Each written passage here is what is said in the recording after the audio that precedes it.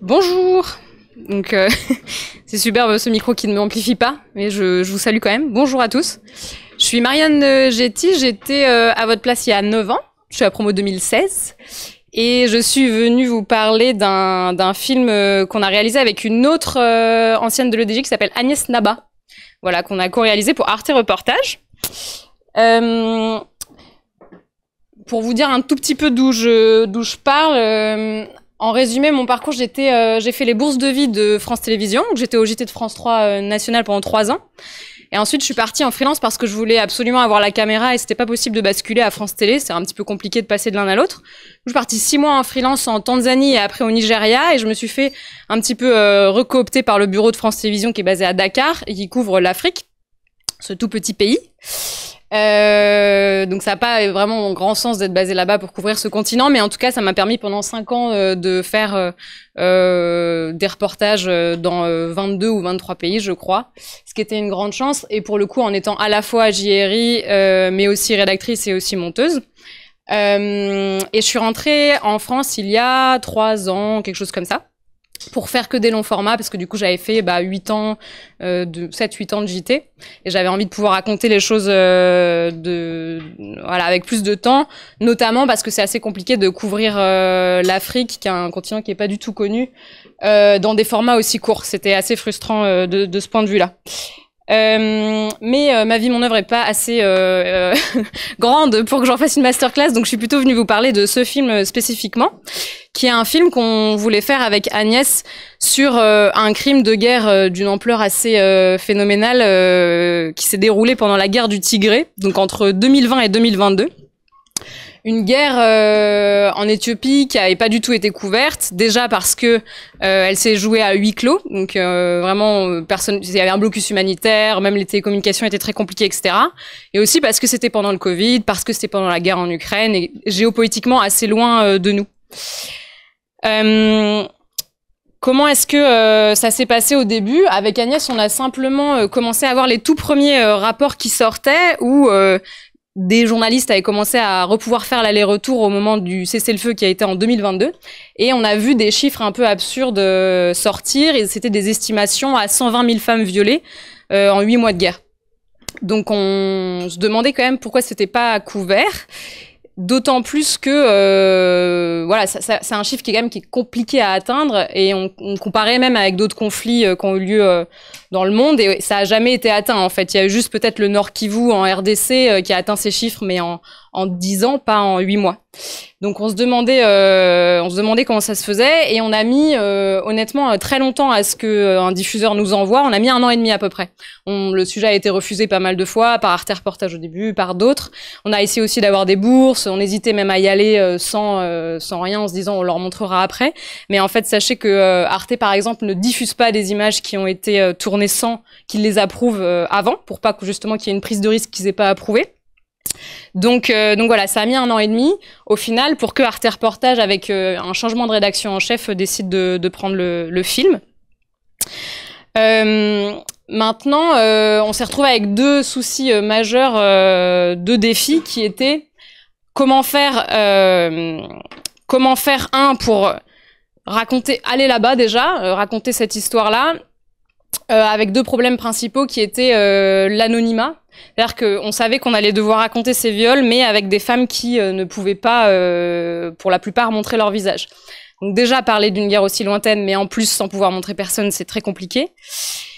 Et deuxième difficulté, il y avait le souci, l'Éthiopie a pas l'intention qu'on couvre ce sujet, donc il fallait pouvoir s'y rendre sans visa presse.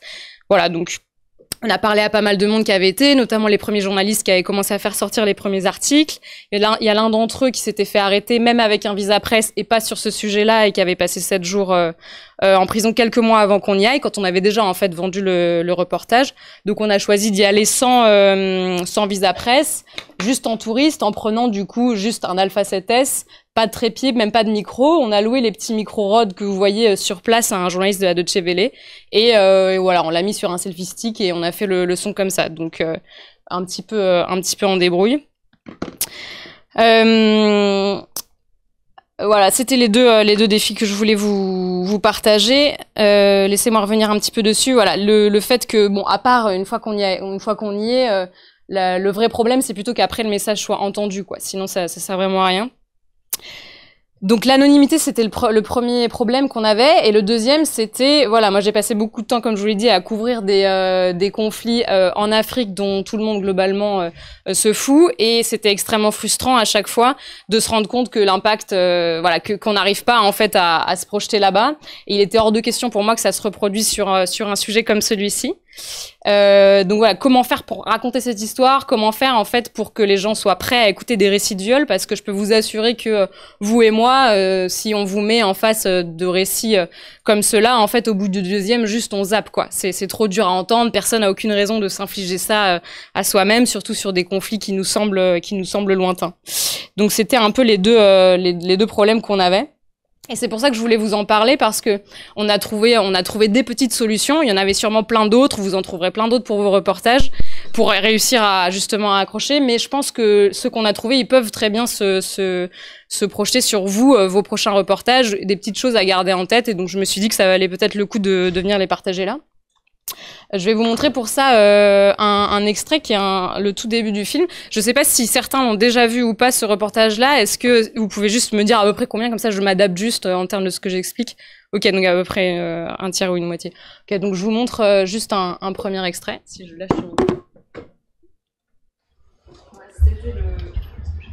C'était le premier, et je vais m'en servir pour vous expliquer les choix qu'on avait fait de réalisation, mais dès le début, c'est-à-dire même dès le dossier, on avait choisi de suivre deux femmes, là c'est la première, qui en fait n'ont pas été violées, et elles toutes les deux étaient dans le combat, et justement étaient en fait les deux personnes les plus actives pour essayer de faire sortir cette information-là du Tigré.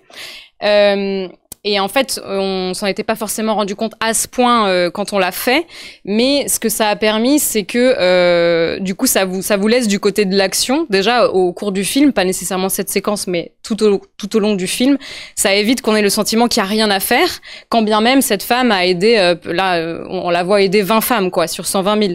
Donc c'est pas une question de proportion, mais quand même, ça vous laisse du côté de l'action, et surtout, en fait, pour le moment où elle reçoit les témoignages, ça donne à la personne qui regarde, au lieu de s'imposer simplement le même cadre et le même récit, ça permet de se protéger derrière une épaule, vraiment juste l'amorce de l'épaule, qui fait que vous, quand vous cherchez à qui vous identifiez dans l'histoire, en fait, vous vous identifiez à Mézéret, au lieu de devoir obligatoirement vous identifier à la victime, parce que c'est tellement dur, on peut tellement pas s'imaginer à cette place-là, qu'en fait, sinon, comme quand on regarde une histoire, on cherche tous le héros, on cherche tous à qui s'identifier, et là, du coup, ça permet, en fait, d'offrir à la personne qui regarde juste quelqu'un de plus proche de ce qu'il peut concevoir, et de nous protéger, en fait, nous, quand on regarde ça. Et même, vous voyez, dans la manière dont c'est filmé, ça vous permet directement, au moment où peut-être vous ressentez ça à vous, d'avoir le contre-champ et d'avoir en fait Mézéret qui réagit à ça, plutôt que simplement devoir dealer avec ces témoignages qu'on a même du mal à concevoir. La deuxième chose, donc ça c'est le point de vue. Dans le film, on voit, en fait, on a toujours Mézéret quasiment à qui s'accrocher, et qui bien sûr fait un fil rouge utile, mais aussi même d'une question de point de vue qui nous aide à pouvoir encaisser en fait ça.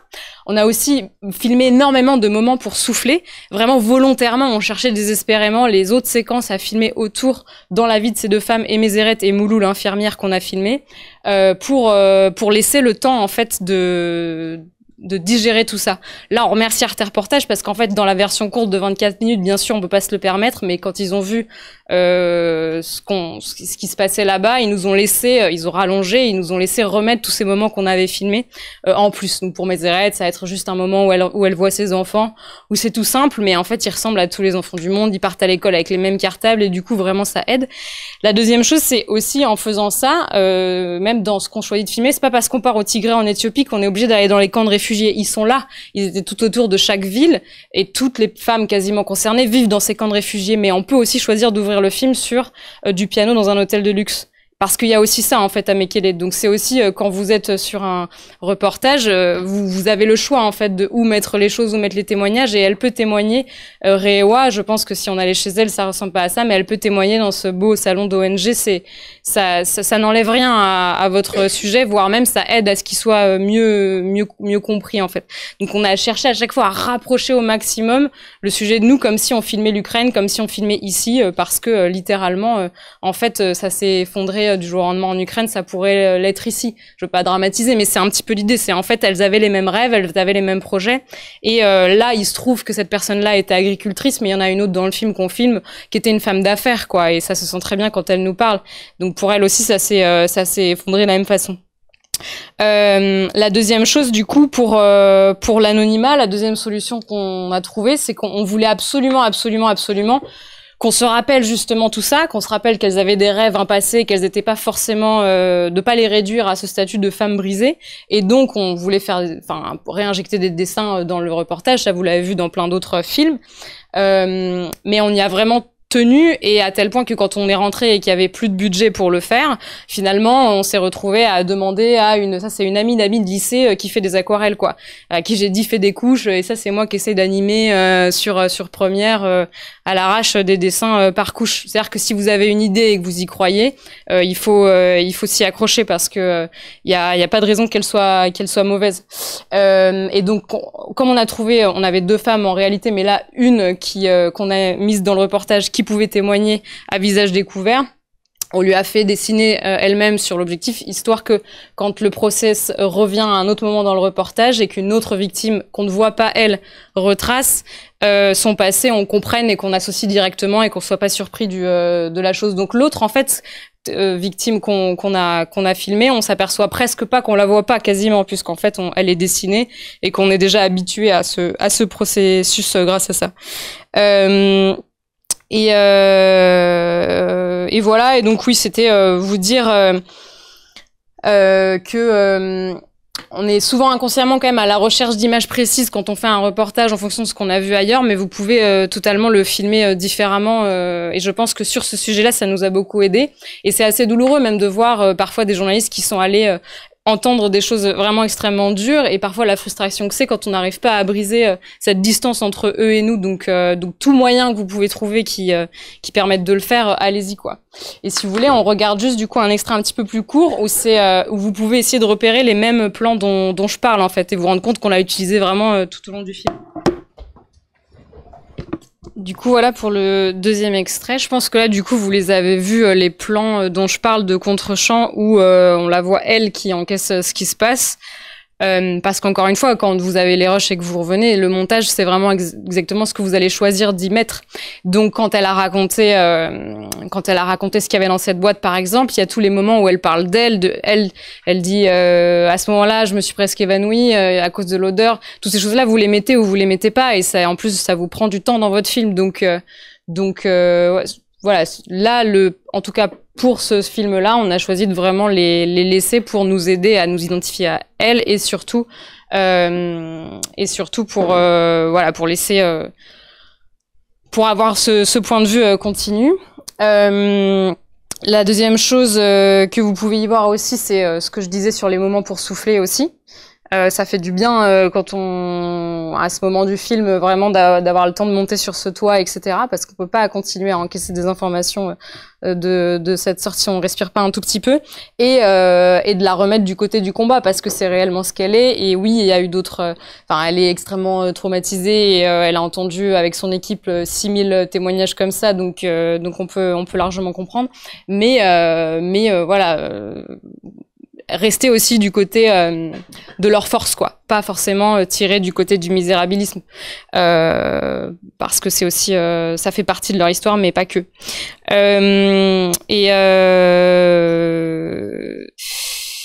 Et voilà. Et en fait, j'ai aussi choisi ce bout-là parce que, pour le coup, si on revient à comment s'est déroulé le reportage pour nous on pensait pas du tout qu'on allait filmer ça. On était parti pour parler d'une guerre qui se joue sur le corps des femmes, c'est déjà suffisamment dur, mais à aucun moment on savait ça. Donc c'est vraiment au moment où et on savait pas qu'elle avait cette boîte, et c'est au moment où elle sort cette boîte que qu'on se la prend en pleine figure. Et donc ça a été quand même un peu un moment de bascule dans le reportage. Ça faisait déjà 8 jours que ça gonflait et qu'on se rendait compte qu'on cherchait absolument pas les témoignages, qu'ils étaient beaucoup trop nombreux. Quand on est arrivé un mardi matin à l'hôpital, alors que ça fait 2 ans que la guerre est finie et que la 3e consultation c'est celle-ci, on commençait vraiment à se dire qu'il y a un problème, parce que vous le voyez, si vous cherchez à couvrir une histoire, vous tirez des fils, on vous dit il faut absolument que vous alliez voir telle personne, etc. Il y a rien eu de tout ça sur ce reportage. C'était juste elles étaient trop nombreuses, et quand le 3e témoignage c'est celui-là, on commençait à se dire qu'il y a un problème. Mais voilà, c'est au moment où elle sort cette boîte qu'on se dit que vraiment il y a une ampleur qui dépasse de très très loin ce que le monde sait déjà à ce moment-là. Et donc personnellement en tout cas, et pour Agnès c'était pareil je pense, très très très choquée d'être là-bas et de se voir comme ça avec une petite caméra ridicule et 1m60 pour parler de choses comme ça, en ayant l'impression que personne ne le sait, d'autant plus que chacune elle met énormément d'espoir. Moulou l'infirmière, elle voulait plus nous raconter parce que se disait c'est bon, tout le monde sait, je l'ai déjà dit, etc. Et nous on sait très bien que pas du tout quoi, et que à ce moment-là en tout cas vraiment personne ne sait, pas ça en fait. Donc du coup on s'est à partir de ce moment-là quand même vraiment mis la pression pour justement que ce soit audible, pour absolument que ça puisse être entendu, parce que la plupart tout ce qui les intéresse c'est qu'éventuellement un jour il y ait une justice quoi. Sans ça en fait on a beau les aider comme le fait Mézeret, psychologiquement, financièrement, etc. Déjà, elles sont très peu y avoir accès, et 2, c'est pas ça qui va leur permettre de guérir. Donc on s'est mis la pression à ce moment-là. Et ça faisait aussi partie de ce que je pouvais partager. Derrière, on s'est dit qu'il fallait vraiment du coup que d'autres en parlent. Donc on a tout mis en place avec Arte Reportage par exemple, pour que le reportage sorte au moment de la journée internationale de lutte contre les violences sexuelles, etc. D'essayer de faire une place. On a fait une avant-première, on a contacté beaucoup de journalistes. Et ça, c'est vrai que c'est quelque chose que je savais pas avant ce film. En fait, que si vous voulez aussi faire parler d'un sujet, c'est quand vous voyez des articles sur des films, qui relaient en fait les reportages d'autres, c'est jamais par hasard quoi. C'est exclusivement parce que les journalistes sont allés eux-mêmes toquer aux portes, toquer aux émissions, etc. Et donc c'est toujours bon à savoir en fait que c'est pas par magie ou juste parce que la rubrique en question s'intéresse. Ils ont pas le temps pour ça, donc vous pouvez aussi faire cette démarche. C'est un gros travail en plus sur un film, mais là c'était un peu obligatoire à nos yeux. Du coup donc ça c'est ce que je vous disais sur la 3e chose à retenir. C'est d'être du côté de l'espoir, et d'autant plus parce que justement au moment où ça a été diffusé, nous notre seul objectif c'était que les gens ne zappent pas sur Arte, parce qu'on pensait déjà qu'honnêtement ça allait être compliqué avec un titre pareil que les gens regardent. Et en fait même en rentrant du plateau d'Arte dans le train qui me ramenait de Strasbourg, il y a déjà des gens qui commençaient à m'écrire, qui avaient trouvé mon adresse mail, on sait pas trop comment, parce qu'ils voulaient ils avaient vu et ils voulaient aider, et ça m'a vachement surpris parce que je l'avais pas anticipé. Et du fait de s'être positionné du coup dans le film, si vous le regardez en entier, ça termine, on suit des femmes qui globalement ont l'espoir de s'en sortir, qui prennent un nouveau départ, etc. En fait, ça donne aussi la sensation qu'il n'y a pas rien à faire, et elles ont beau être peu nombreuses, je crois que c'est 120 en tout qu'elle a pu aider cette ONG. En fait, ça donne la sensation que, ça donne pas envie de baisser les armes et de se dire que non seulement c'est lent, mais qu'en plus on n'y peut rien. On se dit qu'il y a quelque chose à faire de possible. Donc ça, c'est la même chose sur vos reportages. Je l'ai même encore refait pour un que je viens de terminer. C'est pas parce que vous parlez n'ayez pas peur de ça, et vous dites pas bon c'est l'arbre qui cache la forêt, etc. Vous pouvez parler d'un problème même si vous montrez les gens qui arrivent à le dépasser. À notre époque, nous ça s'appelait le journalisme de solution et on en faisait des caisses. C'est pas vraiment tant mettre que le focus sur la solution, mais c'est en tout cas essayer de se mettre du côté de l'espoir et de l'action. Du coup, comme je vous dis, ça a très bien marché de ce fait-là du côté du public, et en fait en juste le diffusant, et j'ai même pas vraiment posté la cagnotte que j'ai créée depuis le train comme ça, et pourtant en fait j'ai commencé à recevoir pas mal de dons, et à l'échelle du Tigré c'était rien, mais ça m'a quand même assez surpris de voir qu'en fait simplement en partageant ça sous quelques liens, quand les gens demandaient comment ils pouvaient aider, on se retrouvait avec quasiment 10 000 € à leur envoyer là-bas. aux deux femmes. Et puis du coup, les autres médias qu'on commencé à reprendre. Et à la fin, surtout, ce qui a permis aussi d'en faire parler, c'est derrière la reconnaissance de la profession, puisque ce film, il a gagné du coup le Figara en avril, puis le prix Bayeux. Il est nominé à l'Earlond de cette année. On a gagné les Dig Awards. On a gagné un prix aussi en Corée.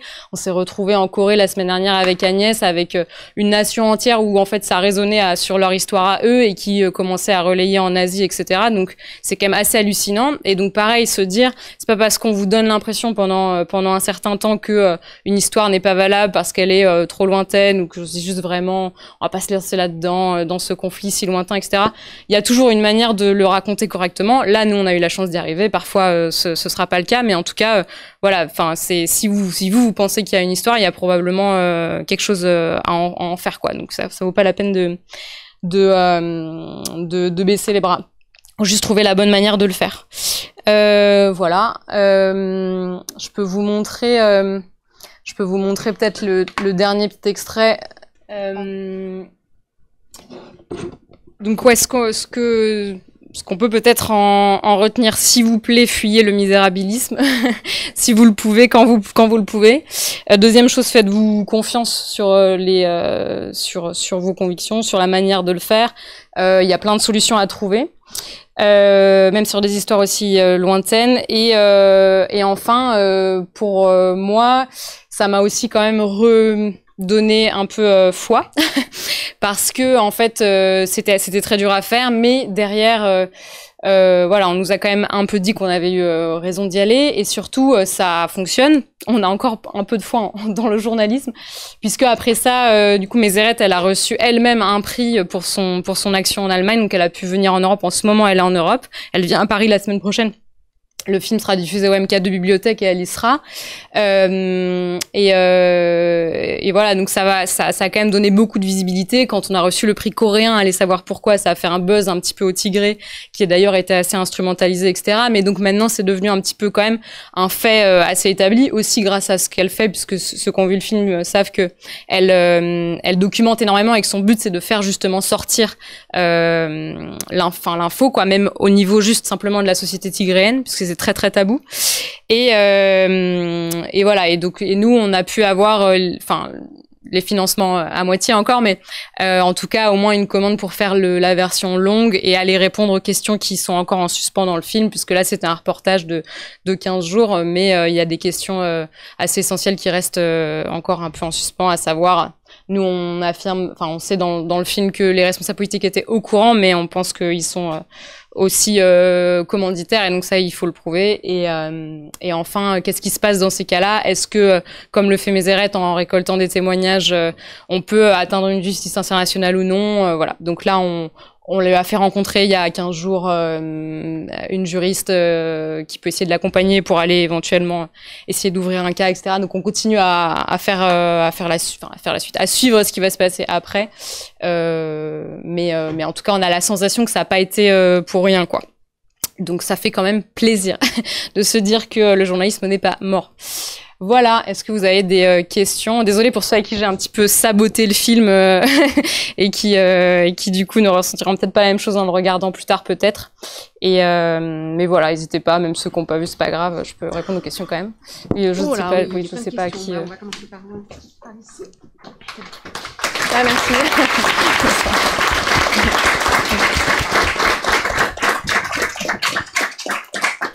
Il marche pas.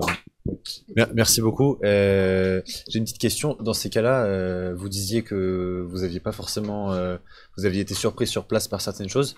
À quel point, parce que vous disiez que vous aviez du mal aussi à avoir les fonds pour Arte. À quel point vous calez ce que vous allez voir sur place, à quel point vous demandez quelles personnes vous allez pouvoir voir là-bas sur place, à quel point vous aviez déjà des contacts sur le terrain, et à quel point du coup sur place vous avez découvert des choses. Ouais. En l'occurrence, nous on savait qu'on voulait suivre Mézeret et Moulou. Mézeret, elle avait une association et on a fait peut-être 2 Skype avec elle en amont pour comprendre déjà ce qu'elle faisait et surtout caler notre reportage sur les dates, boîte où elle avait ces fameuses sessions d'aide aux victimes. Et pour ça, on avait été aidé par un traducteur basé en Norvège qui parlait tigrinya, donc voilà un peu les moyens du bord. Et la deuxième, Moulou, elle avait écrit un livre avec une chercheuse de l'université de Mekele, enfin qui l'avait aidé à traduire. Où elle avait juste en fait pris 17 témoignages parmi les femmes qu'elle avait soignées, et parce qu'elle faisait partie en fait des 2-3 personnes au Tigray qui essayaient de faire sortir cette info quoi en fait. Et donc toutes les deux on les avait eu au téléphone. Mais c'est vrai que c'est un des reportages où finalement on n'avait pas vraiment eu besoin de fixeurs puisque on avait déjà nous-mêmes pris contact avec elle. Mais en revanche on a quand même bien sûr ensuite pris un fixeur sur place pour traduire en fait, tout simplement pour traduire au fur et à mesure. Mais lui hallucinait en fait, c'est-à-dire qu'ils savent tous que ça a eu lieu, mais il hallucinait quand même au fur et à mesure des jours de ce qu'il entendait. Et à la fin il passait même des coups de fil pour rediriger des fonds de la diaspora tigréenne vers les victimes. Donc voilà ce qu'on avait entre guillemets calé. On savait qu'on allait pouvoir suivre la session de Mézeret et donc forcément rencontrer des victimes puisque c'était 20 femmes. Donc en fait ce qu'on a fait c'est qu'on a filmé, on l'a suivi quoi. D'abord on l'a rencontrée le premier jour, on a été chez elle etc. Elle a commencé à nous montrer les photos. On a fait une longue interview et ensuite on est parti le lendemain avec elle du coup à 250 km là où elle faisait sa session. Et là, on suivait, quoi, parce qu'on savait pas ce qu'allait se passer. Elle nous avait un peu expliqué, mais on sait pas forcément ce qui va s'y jouer. Et donc, on était là, quoi. On était là, on filmait, et surtout, elle les interviewe, elle, une à une, parce que c'est tout l'objectif qu'elle puisse raconter à quelqu'un. La plupart du temps, elle l'ont raconté soit à un médecin, soit à personne. Et donc, en fait, on a filmé les 20 femmes, et le soir, on traduisait. Pour savoir qui on allait suivre et à partir quand on avait choisi les quelques femmes qu'on a suivies, on en avait 3 je crois de cette session-là, au final une à la fin. On les sortait un petit peu des sessions pour leur poser d'autres questions, etc. Et on faisait d'autres séquences avec elles dès qu'on pouvait. On a été chez un coiffeur, on a été dans le camp de réfugiés en question, ce qu'on a mis dans le film. Mais voilà, on a construit à partir de ça. Et pour Moulou, quand on est rentré à Mekele, on est allé à l'hôpital et littéralement, vraiment, en fait, on est vraiment juste allé à l'hôpital un mardi, quoi. Et c'était ça qui était terrible. C'est vrai qu'on a eu la sensation, on a beaucoup entre guillemets galéré pour pouvoir y aller, mais on a eu la sensation quand même en arrivant là-bas que on nous remerciait un peu d'avoir réussi parce que Rewa, la femme que vous avez vue au tout début, qui était la seule qui pouvait témoigner à visage découvert parce qu'elle l'avait déjà fait et surtout qu'elle est brûlée en fait, donc elle n'a pas l'espoir de pouvoir le cacher. Elle, on l'a croisée à l'hôpital. Avec Moulou, donc elle est le lien entre nos deux personnages, mais sans même qu'on l'ait décidé quoi.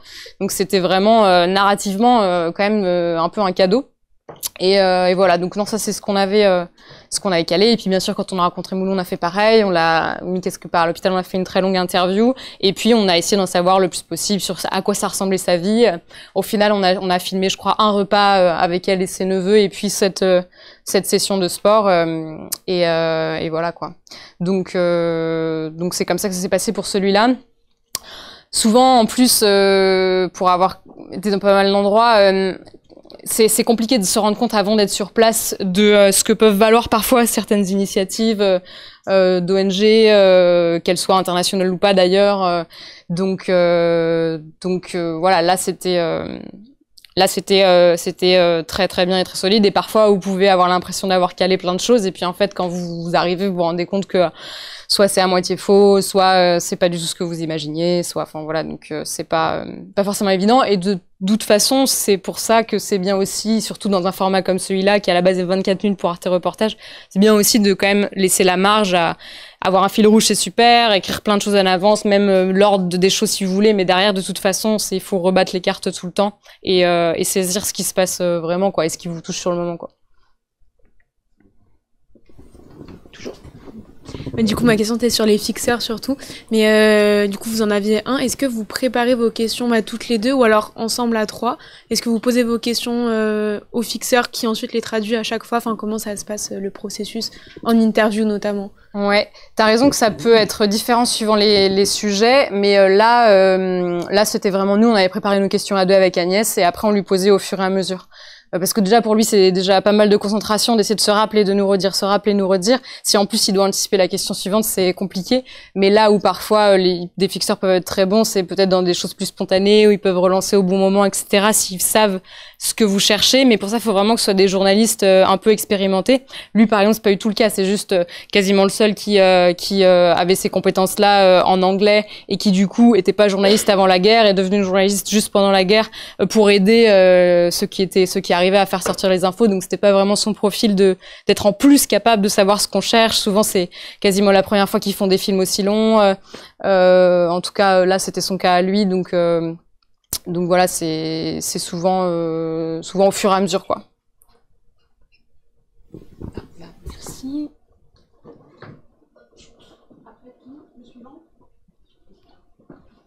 Moi, j'ai une question par rapport au témoignage des femmes qui ont été victimes de viol. Vous, en tant que journaliste, dans quelle posture vous vous mettez pour les aborder, parce que vous avez besoin de leur témoignage, mais à la fois, il faut pas les braquer, et comment vous faites pour pas faire un peu de voyeurisme, d'aller directement les voir pour leur demander de raconter l'histoire? Comment ça se passe, ça? Bah là, du coup, celles qui sont dans le film, pour la plupart, elles ont attendu à peu près. Enfin, Mézérette a pris contact avec elles il y a très longtemps. Elles sont venues elles-mêmes s'inscrire pour bénéficier de cette aide, et elles savent que dans ce que fait Mézérette, il y a ce moment où elles vont pouvoir lui parler toutes seules. Donc en fait, finalement là, t'as raison que c'est la difficulté quasiment du film, et pour ça, on s'est beaucoup appuyé sur elles, la vraie relation de confiance qu'elles avaient déjà avec ces femmes, puisqu'elles en prennent vraiment soin. Après, quand on cherchait les rares, c'était le vrai problème. On savait qu'il fallait quand même rendre un visage, et donc qu'il y en ait au moins une qui parle à visage découvert. Et donc on a cherché en plus de Réwa. Et donc sans elle, quoi, sans Mézérette et sans Moulou, avec tous les autres contacts qu'on avait, parce qu'honnêtement on avait parlé à peu près quiconque s'intéresse au sujet au Tigré. Et donc on cherchait quelqu'un qui puisse raconter ça. Et donc, d'ailleurs, on avait un peu un biais, parce qu'on se disait, si quelqu'un peut raconter ça, ça va être une femme forte, une femme un peu leader. Et donc, on demandait aux gens un peu ce profil, quoi. On disait, mais tu connaîtrais pas? Et donc, bien sûr, on nous redirigeait vers des femmes, dont une grande leader de communauté, responsable du groupe de femmes du camp, etc. Mais en fait, ces femmes-là étaient effectivement fortes, avaient effectivement été violées, mais nous ne pouvions pas nous le dire, même si tout le monde le sait, ne peuvent pas l'assumer. Sinon, c'est fini. C'est un peu comme ici pour d'autres sujets. Tout le monde le sait, mais il faut pas que ça sorte, quoi. Et là-bas, c'est ça. Sans ça, elles pourront pas marier, en fait, leurs enfants plus tard, quoi. Donc voilà. Et en fait, finalement, celles qui ont pu, on en a une deuxième qu'on a finalement pas diffusée. Elle a pu, c'était l'inverse, quoi. C'était vraiment celle qui, en fait, avait vraiment baissé les armes et était désespérée. Donc d'où le vrai problème aussi. De leur demander de raconter ça. Mais elle l'a fait. On a fini par en trouver une deuxième qui voulait absolument raconter. Et la première chose qu'elle nous a dit, c'est moi, je veux une justice, même si c'est 1 heure après ma mort, quoi. Je peux pas aller devant Dieu avec ça. Je veux une justice. Et elle estimait que si on était arrivé jusque là, c'était qu'il restait un tout petit espoir de ça. Et donc c'était ça qui la motivait. Donc quand elle a dit ça, on lui a dit réfléchis encore. On revient demain à 9h, quoi. Et donc c'est ce qu'on a fait. On a laissé la nuit pour pas qu'elle ait dit oui sur le moment, sans se rendre compte des conséquences potentielles que nous on maîtrise mal, parce qu'en plus et Mézérette et Moulou et le fixeur, etc. étaient très pressurisants là-dessus aussi, pour vraiment nous alerter sur ça peut avoir des conséquences pour elle. Donc on l'a laissé réfléchir encore, et il y avait ce truc de se dire il faut prendre en compte ce qu'ils disent eux, mais en même temps on va pas lui retirer son libre arbitre non plus, en fait, si elle a décidé qu'elle voulait le partager. En l'occurrence, en plus, c'était une femme assez éduquée qui était femme d'affaires avant. Donc on n'avait pas l'impression de lui tendre un piège, quoi. Et on est revenu le lendemain à 9h, et on a dit est-ce qu'elle était toujours d'accord, et elle s'était même réveillée encore plus tôt, et elle nous attendait, quoi. Donc elle voulait vraiment le raconter. Donc c'est ce qu'on a fait. Au final, elle est pas dans ce reportage-là, mais en tout cas, ce qu'elle nous a dit, ça nous a quand même, enfin moi, ça m'a quand même marqué, justement sur ce côté justice, parce qu'elle avait vraiment ce regard en disant tant qu'il n'y aura pas ça, en fait, ce que vous ferez d'autre aura pas de sens, quoi.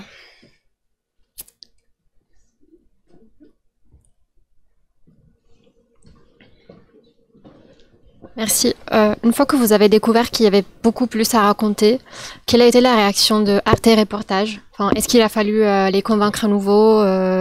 Quelle est la répartition? C'est toujours 50-50 pour la gestion du reportage? Enfin, où vous avez pu bien garder la main sur le type de narration que vous vouliez faire? Merci. Ouais. Arte Reportage fait partie des très bonnes émissions où du coup il y a une grande liberté, même par exemple sur les dessins, sur plein de choses, sur plein d'initiatives, sur le fait que ce soit pas doublé, que ce soit des sous-titres, etc. Donc ça c'est déjà super. Et sur la durée, c'est toujours le combat parce que qui dit plus long dit plus d'argent à dépenser pour eux à la boîte de production. Donc c'est un vrai enjeu. Et du coup la seule solution qu'on avait, c'était de terminer. En fait, elle venait normalement au milieu de notre montage. Et on savait que si on lui montrait pas le truc fini, on n'avait aucune chance. Donc en fait, on s'est mis des énormes sessions de montage et levé à 5h du matin et voilà, même la veille du truc, pour que quand elle vienne, ce soit en fait déjà fini. Et donc on avait monté 30 minutes quand elle est venue. Donc elle a demandé combien il y avait. On lui a dit 30 minutes. Elle a dit on va couper. Et on a dit oui, pas de souci. On a dit y a pas de souci, on n'a plus de recul. Et on a mis play, mais on savait que, voilà, l'espoir c'était le seul espoir que vous avez si vous cherchez à rallonger un film de toute façon, c'est le montrer déjà dans sa version longue et que la personne qui est rédactrice en chef n'arrive pas à le couper. Ça veut dire que c'est bon signe et surtout ça veut dire que ça va lui coûter plus d'efforts de réussir à trouver où couper que voilà. Et parfois ils trouvent très bien où couper et au moins ils font leur choix. Donc j'avoue que je fais ça assez souvent et je l'ai fait diffuser comme ça des 42 minutes sur envoyé spécial ou des choses comme ça juste parce qu'en fait moi j'estimais que ça allait valer. Il faut tenter, il faut monter, mais du coup il faut qu'au moment où on visionne ce soit déjà la version aboutie et que ça marche. Et après non seulement elle a dit on va pas couper, mais surtout elle a dit ça respire pas du tout. Il faut absolument que vous mettiez là. Et là, c'est là qu'on a fait re-rentrer tout ce qu'on avait tourné, mais qu'on n'avait pas pu mettre.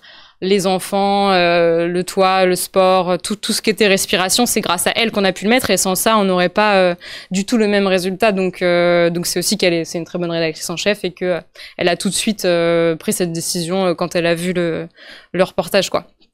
Et elle, en fait, ils ont deux choix, Arte Reportage, soit 24 minutes et ils en mettent 2, soit 37 et ils font venir les journalistes en plateau. Donc c'est ce qu'elle a fait. Voilà. Donc heureusement, mais honnêtement, c'est arrivé pas mal de fois de rallonger des films. La seule solution, c'est vraiment de montrer que vous avez plus. Et ça coûte parce que du coup, c'est du montage en plus. Ça veut dire aller plus vite. Ça veut dire donc c'est pas forcément simple, mais souvent ça vaut le coup.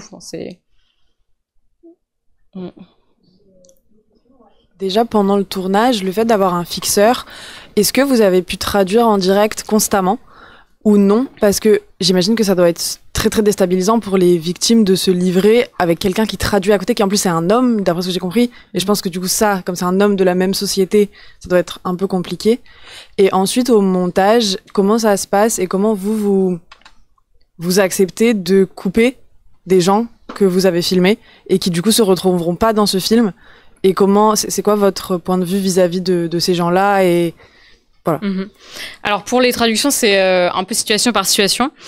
Par exemple, lui, il rentrait pas en fait dans une consultation. Là, ce que vous avez vu là, il est pas là. Enfin, clairement, il va pas rentrer. C'est pas possible. Donc là, c'est juste, on alternait en fait dans les consultations puisqu'on les filmait toutes. Enfin, du coup, on en a filmé 3 parce que je veux dire, une fois qu'on a entendu ça.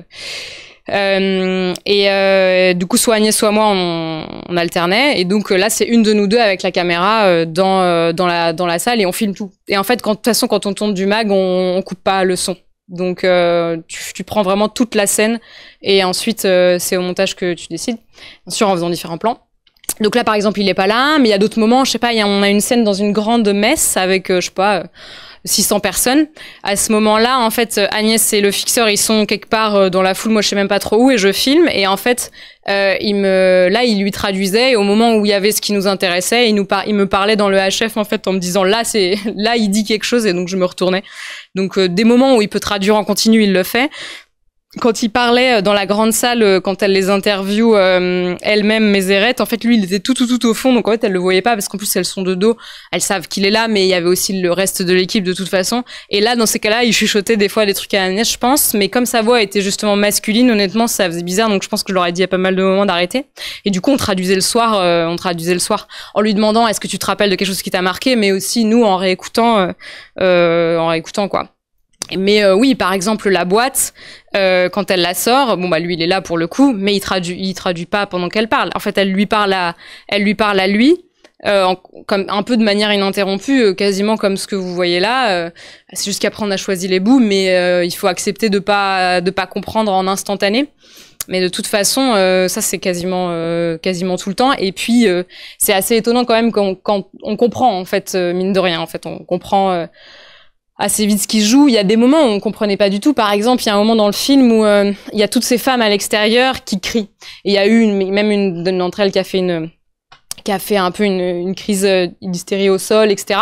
Donc on comprenait qu'il se passait quelque chose, on n'avait aucune idée en fait de qui elles étaient, mais j'ai juste balancé le micro sur Mézérette. On le voit d'ailleurs dans le film à l'arrière de son t-shirt qui a rien à faire là. Je lui ai accroché dans le dos pendant le truc, et puis après on filme et on voit après ce qui s'est passé quoi. Donc en fait on attend que ce soit fini et après on lui dit qu'est-ce qui s'est passé, et on filme aussi la réaction de Mézérette un peu au fur et à mesure quoi. C'est ça quand même le grand avantage du reportage quoi, c'est quand il se passe quelque chose, en fait faut filmer quoi, et après on voit, et peut-être ça a rien à voir, et des fois on peut se retrouver à avoir, voilà, filmer des choses en pensant même l'inverse, hein. Moi j'ai découvert le tremblement de terre en Turquie avec 50 000 morts là en 3 minutes, et par exemple je me rappelle que la personne qui filmait avec moi avait filmé des femmes qui suppliaient sous un tractopelle, et donc il est venu me voir et il m'a dit c'est fou, elle le suppliait de l'aider, etc. C'était quelqu'un qui maniait le tractopelle au-dessus des combes, et en fait quand on a traduit on s'est rendu compte qu'elle le suppliait d'arrêter en fait,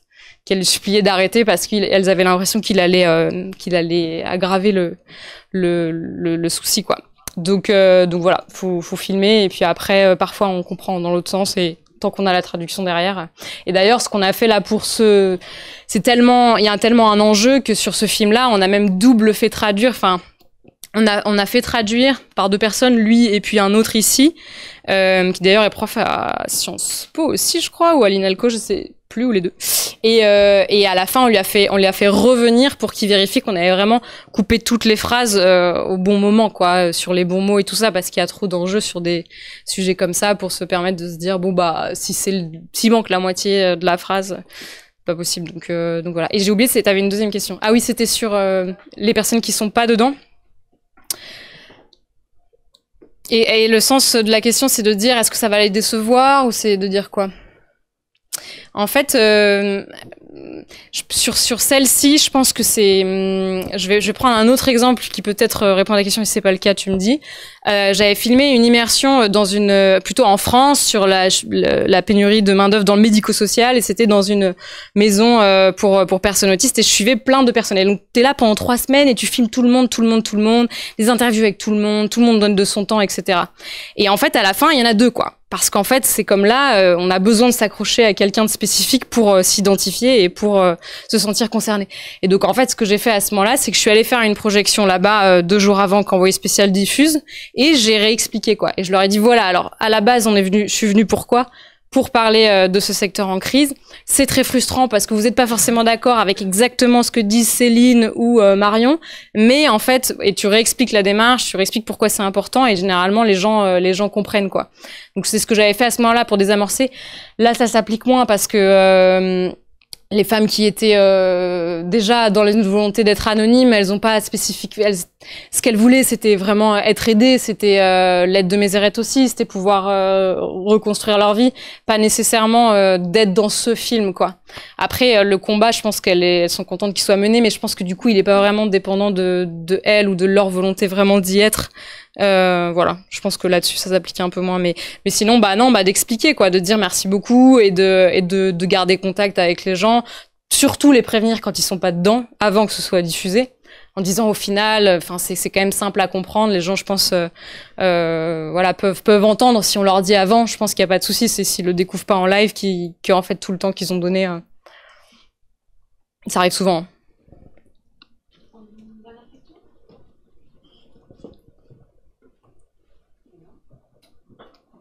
Merci. Merci. Je voulais poser la question. Vous parlez d'éventuelles versions plus longues. Est-ce que vous allez retourner dans ce cas-là et tourner encore pour les réaliser? Donc on va tourner encore, ça c'est sûr, mais notamment juste parce qu'on a en fait 2 angles quoi précis sur ce qu'on voudrait rajouter, et en fait pour ces angles-là, c'est pas nécessairement au Tigré que ça va se passer, parce qu'on cherche du coup des témoignages spécifiques, et c'est probablement les gens qui sont en dehors du Tigré qui pourront les donner. Après voilà, là la guerre a repris il y a 2 jours, enfin en tout cas il y a les premières attaques, ça se passe pas bien, en fait ça se détériore pas mal. Et en plus, la situation géopolitique, elle a changé. Donc, est-ce qu'il y a un moment où, en fait, même pour répondre à ces questions, il faudra y retourner et est-ce qu'on va pouvoir vraiment le faire maintenant qu'on a fait ce reportage-là sous quelles conditions? Je sais pas vraiment. Pour l'instant, pour les deux questions, c'est la justice internationale. Donc, on espère que ça ira jusqu'à la CPI, en fait. Enfin, c'est ce qu'on en aimerait. Et ça peut prendre beaucoup de temps, donc ce sera pas là-bas. Et pour les autres aussi, ce sera pas là-bas que ça joue. Donc je sais pas. Là, c'est quand on voyait les combats reprendre qu'on se disait bah il va peut-être falloir imaginer quelque chose aussi, mais c'est un peu évolutif quoi. Donc je sais pas trop pour l'instant. Ouais. Et sur la question de comment re-rentrer. Là, je sais pas si on va pouvoir remiser sur leur incompétence de la même manière comme on l'a fait là, quoi. Parce que là, au final, rentrer en tant que touriste, c'est autorisé. Le seul problème, c'est sortir une fois qu'ils ont éventuellement capté. Et encore une fois, au Tigré, c'était possible de tourner, c'était juste repasser par Addis Abeba le problème. Donc c'est là qu'on avait peur et c'est là qu'on a du coup crypté toutes les images. On n'avait aucune, voilà, ils pouvaient rien voir de ce qu'on avait fait parce que pour le coup, s'ils tombent sur ce qu'on témoignait, c'est pas possible. Donc les images étaient cryptées. On avait toutes ces images de touristes qu'on avait fait. Si c'était juste une suspicion, ça peut passer. Après, s'ils ont vraiment capté, là, il y a rien à faire. On a nos noms partout en tant que journaliste, donc voilà. Mais en tout cas, au moins sur le premier filtre de s'il y a une petite suspicion rapide juste avant un avion, d'avoir 3 trucs à montrer, un récit, ça peut suffire et pas avoir les images sur soi, quoi.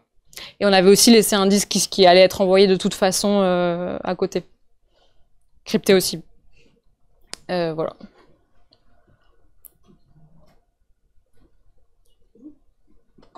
Voilà. Merci.